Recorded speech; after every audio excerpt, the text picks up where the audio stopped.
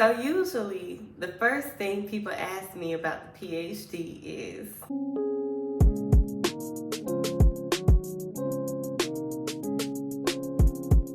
hello everybody and welcome back to my channel, Developing as Dr. K. For anybody out there who is getting their PhD to go ahead and comment down below finishing. I want anybody that has gotten their PhD to comment finished, okay? Just gonna serve as a quick reminder to yourself that you are going through a journey. So before I tell you guys about the PhD, I'm gonna just give you a little disclaimer. So everybody has a different experience in graduate school. This is my experience about what I am going through as I'm in grad school right now getting my PhD. Your experience can be completely different, but I'm coming from the lens of being a Christian, which comes first before anything. Being a Black person, being a Black woman, being a first generation college student, being a first generation graduate student, being a person who is going to speak her mind no matter what, coming from a computer science and engineering background, coming from an HBCU graduate, coming from a Black girl at a PWI graduate, coming from the deep South, okay, coming from all these different things that have contributed to who I am as a person and who I'm going to continue to be. Okay, so just to remind you guys a little bit about where I am in the whole process, I am leaving my second year, going into my third year of graduate school, and I'm in the computer engineering department. My research is focused on looking at historical bias and how that affects decisions that machines make. So usually the first thing people ask me about the PhD is how long does it take? When are you gonna graduate? You've been in school since, and how long is it gonna take you to be done? When will you finish? And sis, I wanna know the same thing. When will I finish? When you are getting your PhD, you don't have a definite timeline. They have a time where you are going to be forced to stop. Like for some schools it's 10 years, some schools it's 7 years, right? Like they'll say, I think you need to do something else.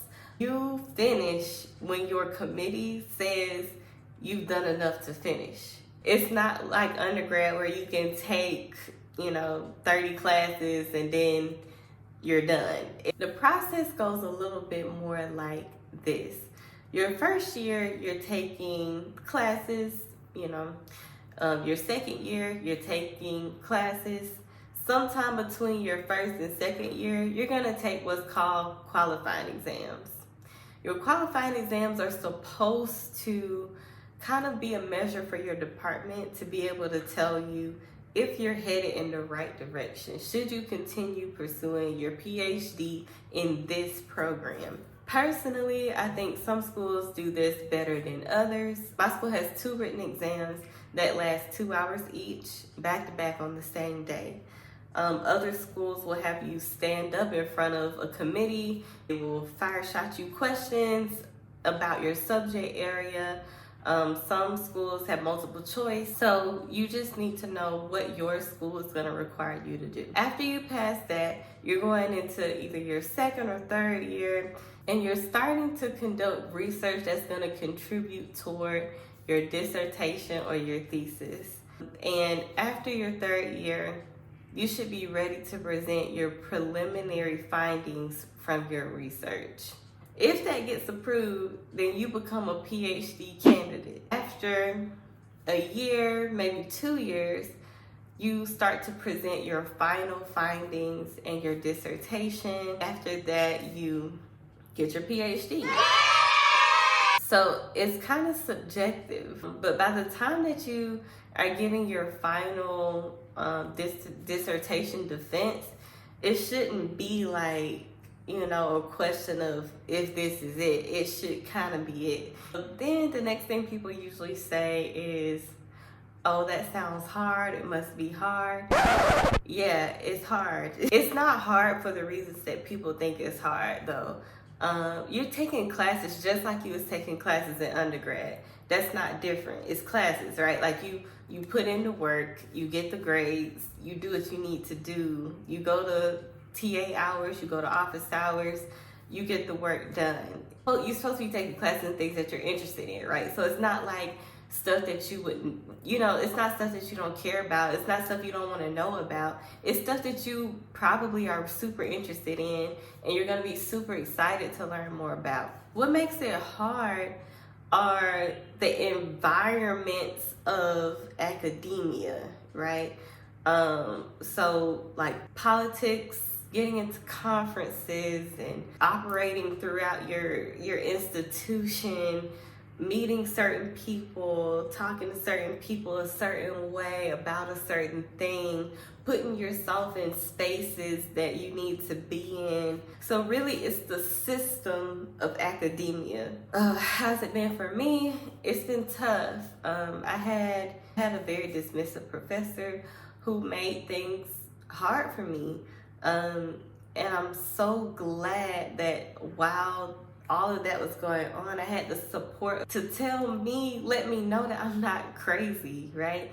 I think that that a lot of people for the first time go to therapy when they're getting their PhD because they will make you feel like you're losing your mind, but you're not. You're not. And it's important to have the right people around you that are going to let you know that you are experiencing something that is abnormal. You're experiencing something that you shouldn't be experiencing, right? Minorities have a very unique experience in grad school that everyone doesn't have, right? The microaggressions and the direct disrespect for you as a person, they're very unique experiences. And you may not have that connection with anyone in your department. You may not have that connection with anybody in your classes to be able to, express it to them. So you have to make sure that you find mentors and spaces that you can be in where they are going to let you know that you're not going crazy. Outside of just like the whole grunt and environment of academia, it's pretty interesting. I love my research. I've always been a person who was social justice oriented, social activist oriented, because my parents are. They grew up in their 20s in the 70s, right? So you can just kind of imagine the kind of conversations that I had with them when I was growing up. All of that contributed to me understanding that there was a problem and that I needed to try and be a part of the solution to that problem. I really enjoy meeting other people who can converse with me about the holes in research, the things that I think are problem areas and my frustrations, and try to come up with a solution for those things, right? That's what your PhD is all about. It's just about you figuring out a problem. The whole time you're really trying to work towards shaping how people view a certain thing. And it's such an important thing, the work that you do, because you're shaping something, right? You're shaping something that doesn't exist. You're shaping something new, and it's important the way that you present that. So I think that getting your PhD is heavy. It's heavy, especially if you're carrying a community, several different kinds of communities with you throughout your day. And it's important that you represent them well, right? And I know that a lot of people, they don't want to be the person who has to champion for Black folks. They don't want to be the person who has to champion for women. They just want to conduct research and, research things independently. And that is great, that's fine too. But regardless of if you work with these things directly or indirectly, you're still doing things that affect your community, right? And it's important to understand the implications of your work. I do think that's the burden of a researcher, and express that to other people so that they can understand, think further about the things that you're expressing. It is challenging yet fun, because I get to work on what I want to work on, right? I don't have to work on things that I don't care about, things that I don't like. I work on things that I care about that don't have a solution. But to be able to take my knowledge and my background from growing up into now is very exciting. It's fun. I'm excited to create change. I'm excited to influence the area that's underdeveloped. It's also cool becoming an expert. I feel like right now in social media, a lot of people claim to be experts on things and they're not. And when everybody is an expert, then no one is, right? But to truly be able to understand a subject matter and become an expert on it and talk about it intelligently, is dope. It's dope. It's cool. I love it. Getting your PhD is inspiring. I am always overjoyed when I get to talk to students about what I'm doing.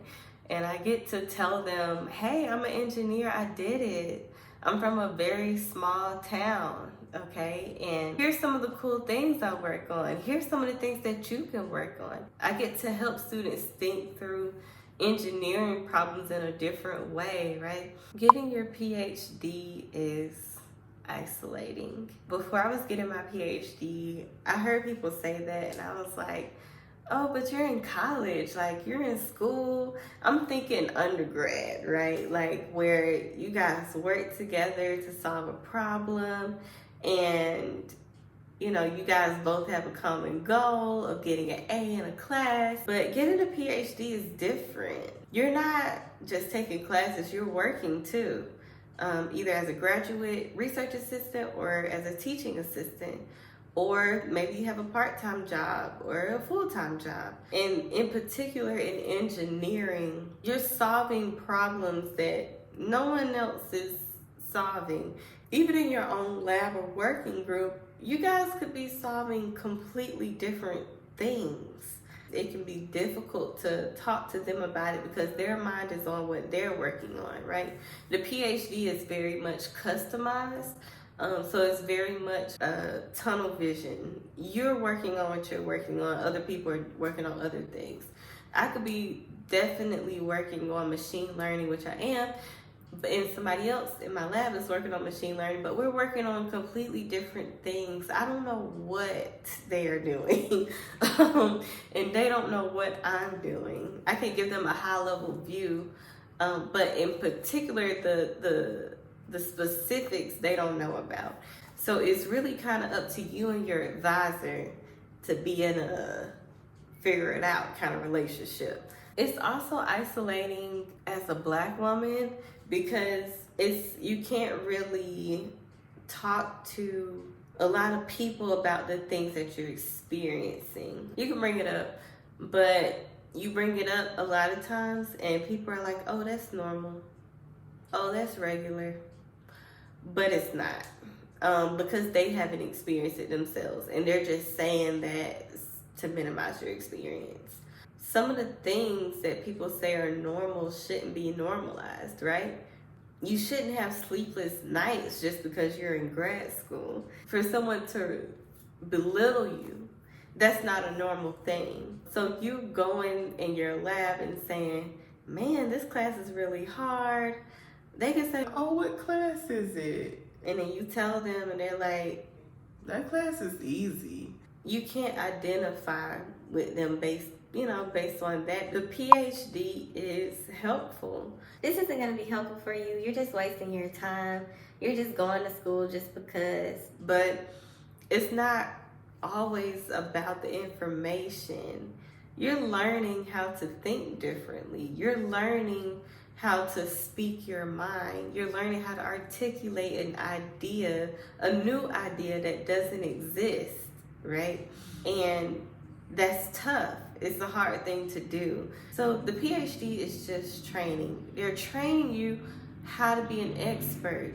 They're training you on how to advance technology or whatever your area is. They're training you on how to be a researcher, how to find answers when there aren't any, right?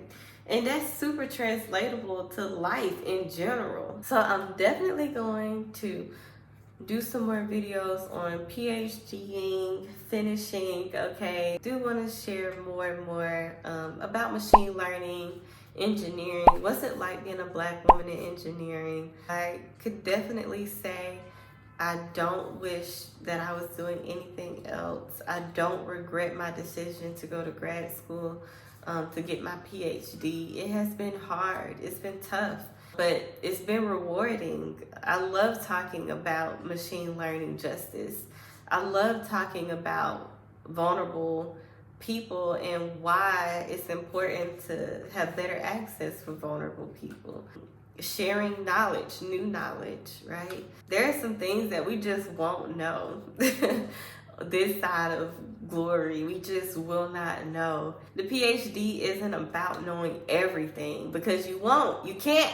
It's too much, right? As soon as you uncover one small little nugget, then it's like a universe of nuggets open up. You can't know all the things. And that's okay too. But what you do know, you can know really well. The way that you express that to someone could get them excited about that thing too. If you're thinking about getting your PhD, I would strongly suggest that you watch as many videos like these as you can. See if this is what you really want to do. Don't feel pressure to do it. You don't have to do it. You don't need to do it. I don't think the PhD is for everybody, and there's nothing wrong with that. If you started it and you understand, you really feel like it's not for you, you don't like it, you don't want to do it, don't do it. And it's just that simple. It's okay to make a life change. I hope that you will subscribe, like this video, and stay tuned for more. I'll see you later.